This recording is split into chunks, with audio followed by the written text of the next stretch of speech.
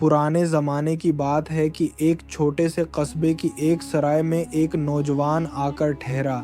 یہ نوجوان بہت دور دراز سے سفر کرتا ہوا آ رہا تھا۔ ابھی اس نے آدھا سفر بھی مکمل نہیں کیا تھا کہ راستے میں رات ہو گئی۔ اس قصبے میں وہ ایک چھوٹی سی سرائے میں ٹھہرا۔ اسی سرائے میں اس کی ملاقات ایک بوڑھے شخص سے ہوئی جو اتفاق سے اسی گاؤں جا رہا تھا جہاں یہ نوجوان بھی جانا چاہتا تھا۔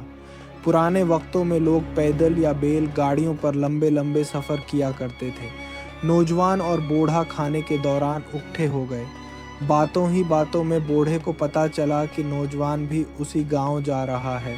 نوجوان اپنے کسی عزیز رشتہ دار سے ملنے کے لیے جا رہا تھا۔ بوڑھا بولا، برخوردار، تم بھی چاند نگر جا رہے ہو؟ میں تو چاند نگر کا رہنے والا ہوں، تم کس کے گھر جا رہے ہو؟ نوجوان نے بتایا، میں عبدالقدیر نامی شخص کے گھر جا رہا ہوں۔ یہ سن کر بوڑھا خوش ہو گیا اور بولا، سفر لمبا ہے، کیوں نہ ہم دونوں یہ سفر اکٹھے طے کریں؟ نوجوان راضی ہو گیا۔ دونوں نے رات خوش گپیوں میں گزاری، صبح ناشتہ کیا، بازار سے کچھ کھانے پینے کا سامان خریدا اور روانہ ہو گئے۔ سفر پر چلنے سے پہلے نوجوان نے کہا، بزرگوار، اگر آپ میرے ہمسفر بننا چاہتے ہیں تو ایک شرط ہے۔ بوڑھا حیران ہوا، کیسی شرط؟